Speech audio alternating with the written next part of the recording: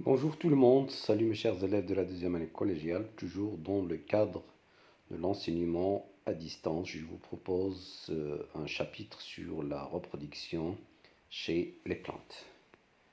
Vous savez tous que les plantes dans la nature, on a deux types, des végétaux à fleurs, appelés les angiospermes, et des végétaux sans fleurs, exemple la fougère. Donc, à partir de cette observation, on va donc donner la situation de départ suivante. Les plantes à fleurs se multiplient par une reproduction sexuée. D'autres se reproduisent sans qu'elles possèdent des fleurs. Dans certains cas, la reproduction est asexuée. Donc maintenant, on va poser trois grandes questions. Comment se déroule la reproduction sexuée chez les plantes à fleurs? Comment se déroule la reproduction chez les plantes sans fleurs? En même temps, on va chercher des modalités de la reproduction asexuée chez les plantes. On commence donc par la reproduction sexuée chez les plantes à fleurs, c'est-à-dire ce qu'on appelle les angiospermes. Sachant que ces plantes, ils ont des organes reproducteurs au niveau des fleurs. On va donc faire la dissection, observer la dissection d'une fleur. Vous voyez ici deux types de fleurs, de l'hibiscus et de l'oranger. Donc, les composants de la fleur, vous voyez ici au milieu le pistil composé de trois parties stigmates. Vous voyez en haut un style et puis l'ovaire qui contient des ovules. Cet organe reproducteur femelle est entouré par plusieurs organes reproducteurs mâles. Donc chaque organe appelé l'étamine, il est formé de deux parties lentaires qui est soutenu par un filet. Ensuite, il y a les pétales qui forment la corne et les sépales qui forment le calice. Ensuite, en bas, vous voyez le réceptacle qui est lié directement à l'ovaire. En bas, il y a un support appelé le pédoncule. La même chose dans cette fleur. Vous voyez ici, c'est le stigmate, c'est la partie supérieure du pistil.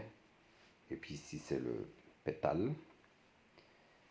3 et 4 sont les constituants de l'étamine, donc 3 c'est l'antère, qui contient des grains de pollen, soutenu par un filet. Et puis en bas, c'est l'ovaire qui contient des ovules.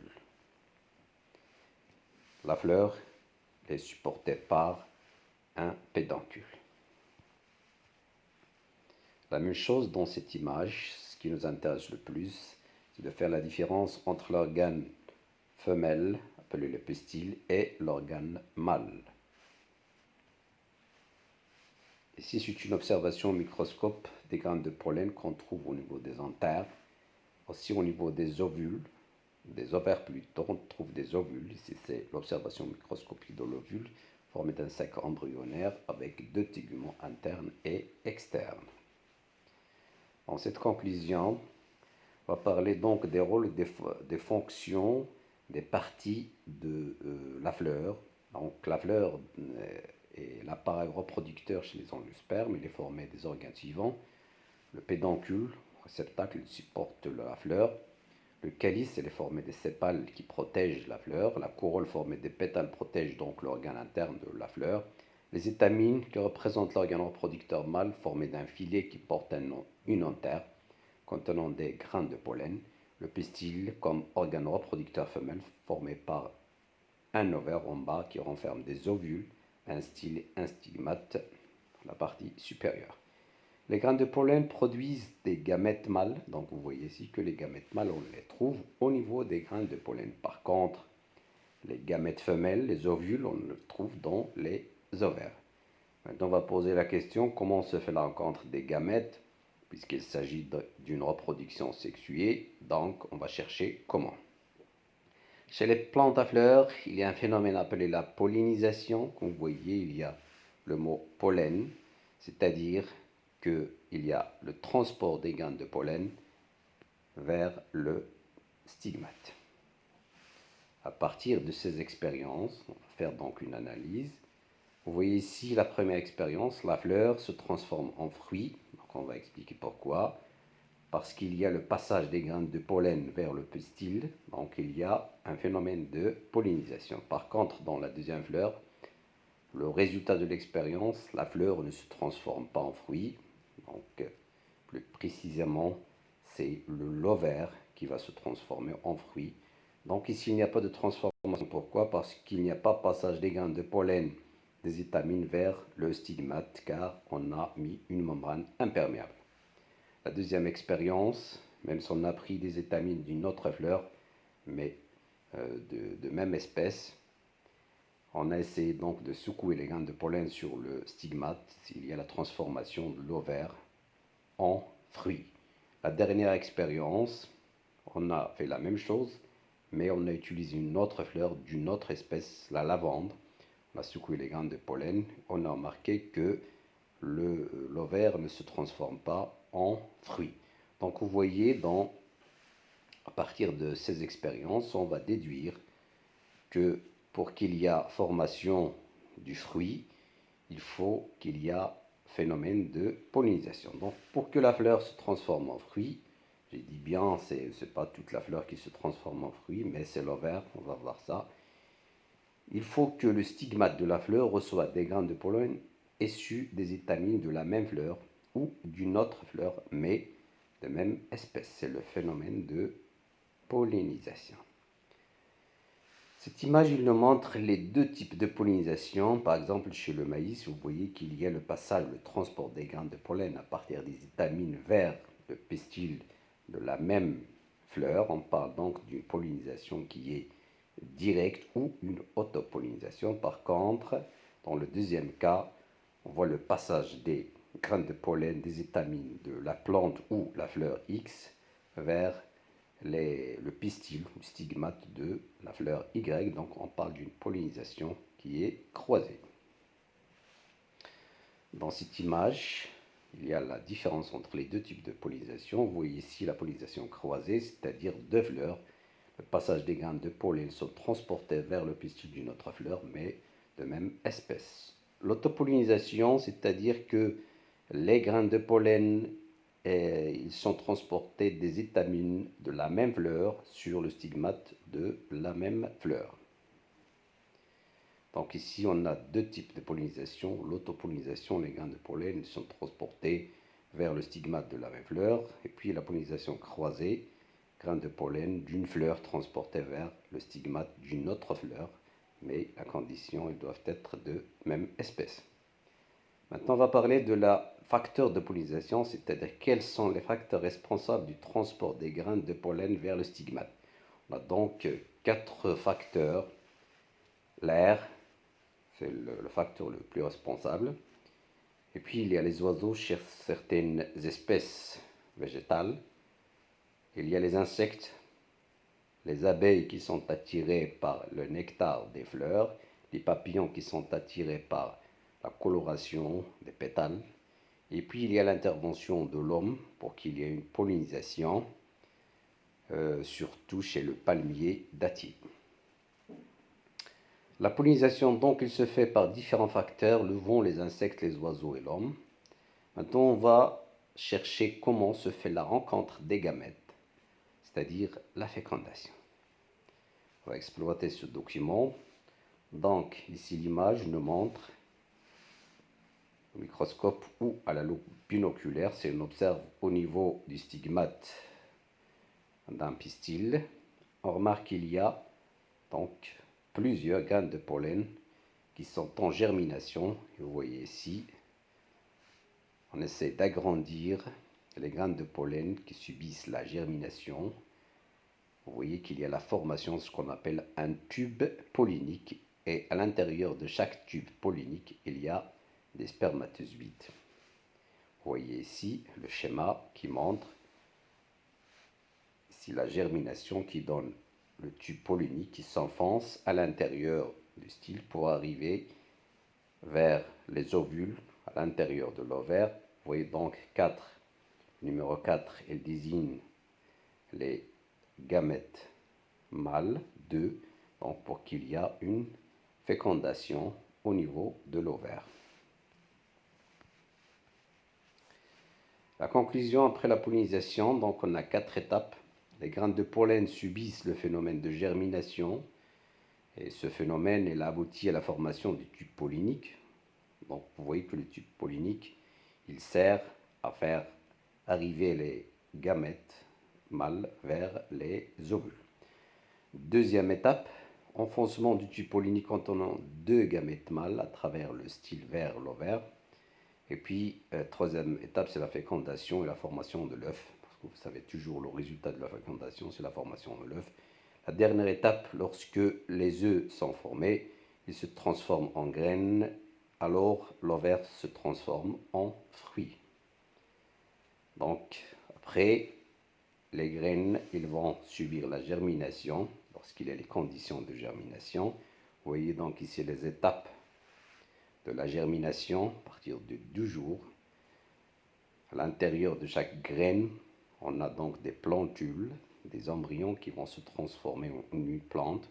Vous voyez, au 7e jour, le 10e, 12e jour, vous voyez qu'il y a l'atrophie des cotylédons qui vont donc tomber. Pourquoi? Parce que la plante est là.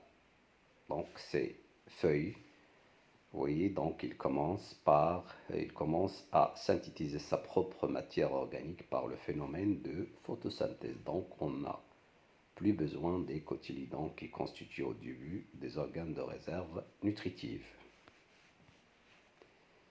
Le cycle de vie chez les angiospermes, on va prendre le cas du petit pois. On commence par la plante. Ici, vous voyez la fleur. On a dit que la fleur, là où il y a l'organe reproducteur mâle et femelle.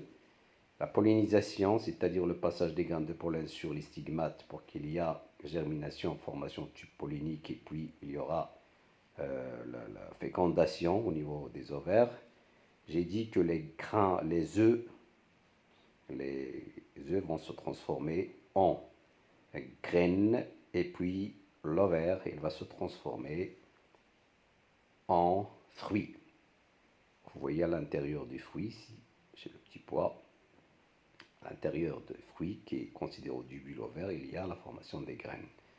La graine, lorsqu'il y a les conditions de germination, il va subir la germination pour se transformer en une autre plante de petits pois. Ici, vous avez un schéma explicatif du cycle de vie chez les angiospermes, la plante.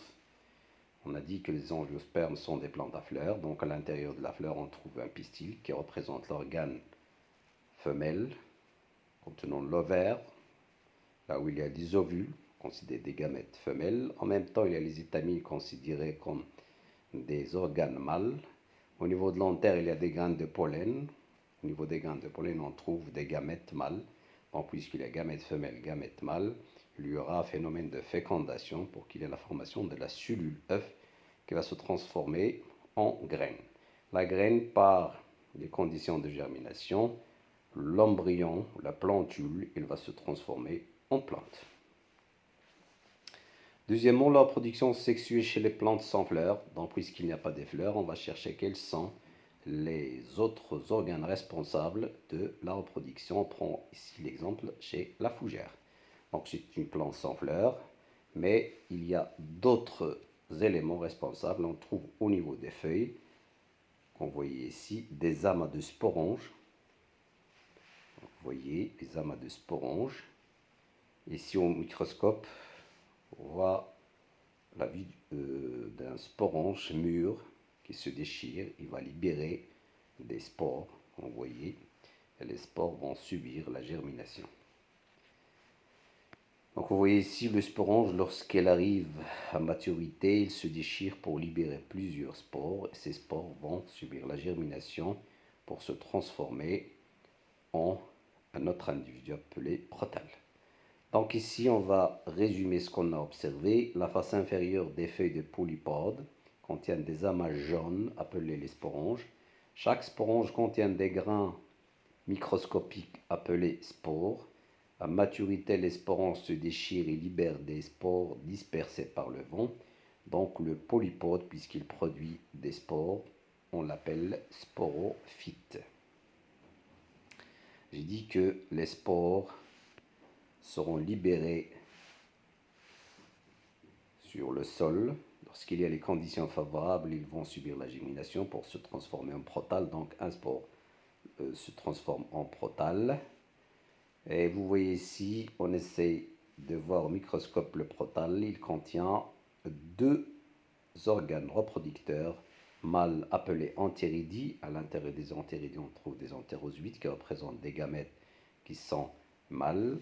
Et à l'intérieur de l'organe femelle appelé archégone, on trouve des gamètes femelles appelées les zoosphères.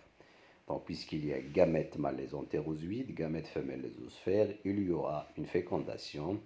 Vous savez tous que le résultat de la fécondation, c'est la cellule œuf. La cellule œuf va subir des divisions pour se transformer à une plante dressée de fougères. En présence donc des conditions favorables, chaque spore germe et se transforme en une petite feuille en forme de cœur collée au sol, donc on appelle le protal. Le protal, il porte des organes mâles, comme j'ai dit, les entéridies qui produisent des gamètes mâles, les entérozoïdes, et des archégones qui produisent des gamètes femelles appelées les zoosphères. On considère donc le protal comme un gamétophyte. Donc vous voyez ici, chez la fougère, il y a deux individus différents. Il y a la fougère, le polypode, qui produit des spores, on l'appelle donc sporophyte. Ensuite, il y a le protal, appelé gamétophyte parce qu'il produit des gamètes. Donc il y a une différence de fonction aussi, différence morphologique entre le polypode comme gamétophyte, comme sporophyte et le protal comme gamétophyte. En présence d'eau, les entérozoïdes nagent vers les zoosphères pour les féconder et former les cellules œufs. Chaque cellule œuf se développe pour devenir un jeune polypode. Comme conclusion, j'ai dit que le cycle de vie du fougère présente donc deux individus différents. Donc vous voyez la particularité de ces plantes sans fleurs. On trouve deux individus. Un polypode considéré comme sporophyte sous forme de plante dressée et un protal sous forme d'une petite feuille appelée gamétophyte. Donc vous voyez deux fonctions différentes. Ici, le schéma nous montre ce cycle. On va commencer par le polypode. Donc vous voyez ici au niveau des feuilles du polypode, c'est une plante dressée, on trouve des sporanges, des amas de sporanges. À maturité, le sporange va se déchirer, va libérer les spores. Donc les spores vont subir une germination pour se transformer en une petite feuille sous forme de cœur collée au sol appelée le protal. Donc c'est un gamétophyte. Au niveau de la face inférieure du protal, on trouve des organes mâles appelés les entéridies contenant des entérozoïdes, des gamètes mâles.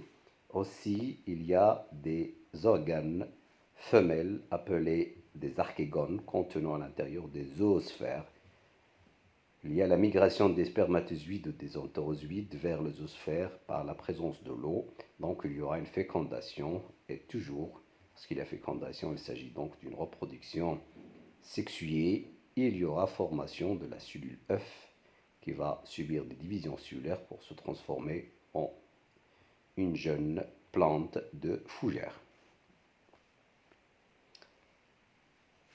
Ici, c'est le schéma explicatif de cycle de vie chez les plantes en production sexuelle, les plantes sans fleurs. On commence par le polypode. J'ai dit qu'au niveau des feuilles, on trouve des sporanges. À l'intérieur des sporanges, il y a des spores. Les spores vont subir la germination pour se transformer en protal. Au niveau du protal, considéré comme gamétophyte, il y a les organes mâles archégones qui contiennent des gamètes. Plutôt, l'archégone, c'est organes femelles qui contiennent des gamètes femelles. Et puis les entéridies qui contiennent des gamètes mâles appelés les entérozoïdes. Il y aura donc une fécondation pour qu'il y ait la formation de la cellule œuf qui va subir des multiplications cellulaires, un développement embryonnaire pour se transformer en une autre plante de polypode. Maintenant, on a fini la reproduction sexuée, c'est-à-dire l'intervention des gamètes, soit chez les plantes à fleurs ou les plantes sans fleurs. On va parler de la reproduction asexuée chez les plantes, c'est-à-dire qu'il n'y a pas d'intervention des gamètes. Et donc, d'autres modalités de reproduction. Vous voyez ici dans ces images, la multiplication chez le fraisier par des stolons.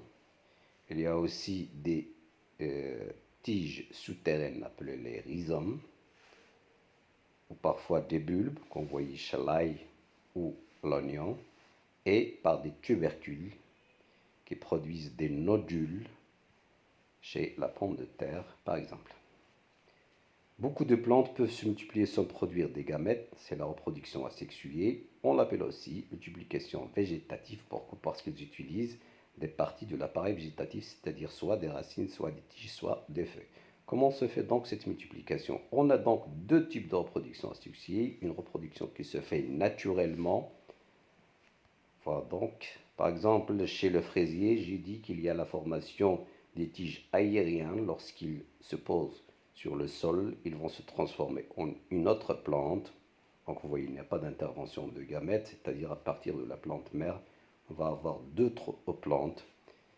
Et puis pour les tubercules, il y a la formation des nodules qui vont se transformer en autre plante, toujours de pommes de terre, ou parfois l'utilisation des bulbes chez l'ail ou chez les oignons. Donc la multiplication se fait soit par des tiges aériennes sans feuilles appelées les stolons, exemple chez le fraisier, les tiges souterraines horizontales appelées rhizomes, exemple chez les rhys, organes souterrains riches en réserve qui présentent des nodules, ce sont donc les tubercules, exemple la pomme de terre, les organes souterrains appelés bulbes, oignons, l'ail et le safran. En conclusion, la multiplication végétative se fait par des parties spécialisées de la plante, soit des tiges, donc on parle des tiges aériennes rhizomes, plutôt stolons, ou souterraines rhizomes, ou bulbes chez l'oignon, l'ail, ou tubercules chez la pomme de terre, ou parfois la plante utilise des racines, exemple chez la menthe. Maintenant, on va passer aux techniques de multiplication végétative, c'est-à-dire il y a l'intervention de l'homme qui développe des techniques. On commence par la première technique, c'est le marquetage, c'est-à-dire qu'il y a la multiplication végétative à partir du tige qui est aérien. Lorsqu'il touche le sol, il va se transformer en une autre plante. L'exemple chez la vigne, c'est-à-dire qui produit le raisin ou le fraisier. Donc cette technique, elle consiste à enraciner des rameaux sans les séparer de la plante mère. La deuxième technique, c'est le bouturage. Donc on utilise des fragments de la plante mère, mais le fragment il doit être vivant, prélevé sur la plante mère. Vous voyez ici l'exemple chez l'olivier, qu'on va mettre dans des conditions favorables pour qu'il se transforme en une autre plante. La multiplication à partir d'un fragment d'organes vivants isolé de la plante mère, on prend des morceaux de rameaux, des feuilles, des racines ou des tiges. La dernière technique, c'est la technique de greffage. Ici, on utilise un support de greffon, l'exemple bigaradier. Puis, on utilise des greffons, c'est-à-dire des arbres volus. Par exemple, on prend le citronnier, le rameau du citronnier, on va essayer de le mettre sur un support de greffon, du bigaradier. On peut même mettre d'autres arbres. Et puis, par des ligatures, on utilise le silicone pour qu'il y ait un contact entre le support du greffon et les greffons pour qu'il y ait le passage de la sève brute. Il consiste donc à insérer une partie d'une plante greffon sur une autre plante greffe qui possède des racines. Si c'est le résumé d'une multiplication végétative, donc la multiplication elle peut se faire des modalités naturelles à partir des fragments de végétaux. On utilise donc des stolons, des rhizomes, des bulbes, des tubercules, ou par des techniques. On a étudié trois techniques, le bouturage, le marquetage et le greffage. Donc je vous remercie et à la prochaine fois, Inch'Allah.